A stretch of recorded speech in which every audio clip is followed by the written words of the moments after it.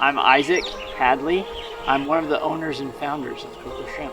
I was teaching surf lessons. I just needed more work, more money to live in Hawaii and support my family, so I picked up a job working early in the morning prepping shrimp. I got the help of my brother who had moved there from the summer. That's where the idea was born. We would peel and do shrimp, and we thought, how come nobody's taking this idea to the mainland of shrimp and turning it into a restaurant? And shrimp trucks on the North Shore are super popular, and we saw those and how well they did. So we started like just talking about, if we did it, what would the name be? And that's where we were like, we would just call it Coco Shrimp. And I just thought this would be so fun for something to take to Texas.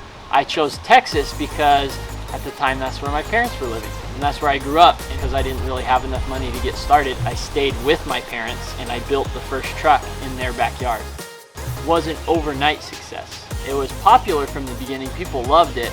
And that kind of kept us going because people always loved it. It was just me at the beginning in a parking lot by myself. But Jordan was in his hometown of San Clemente, California.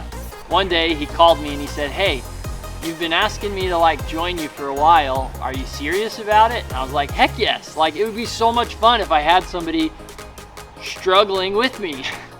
When we first opened the food truck, the old ambulance that we had, in the very beginning it was slow. It was super slow, right? You got to build the customer base, got to let people know that you're going to be there, and it was really hard to be consistent. We wanted to be dedicated, we wanted to be there for the customers at all times, and so we wanted to be different. As a food truck in Fort Worth, we wanted to be different, and so we set up shop in that Ace Harbor parking lot. We stayed there for about 5 years. Every single weekend, it would be hour and a half wait times. And people would come and they would wait, and we just thought, there's no way people are gonna put up with this. They're eventually just gonna stop coming. This is ridiculous.